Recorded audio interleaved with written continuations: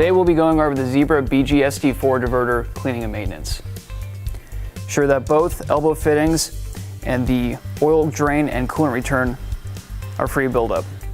Check under the baffle to ensure there is no buildup. Frequent cleaning is recommended to maintain proper function. Both the oil drain and the coolant return can be adjusted alone or in tandem with two 11/16 wrenches.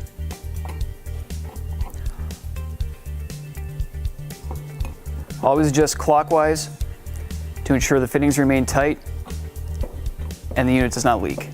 Thanks for watching. Contact Zebra Skimmers with any other questions.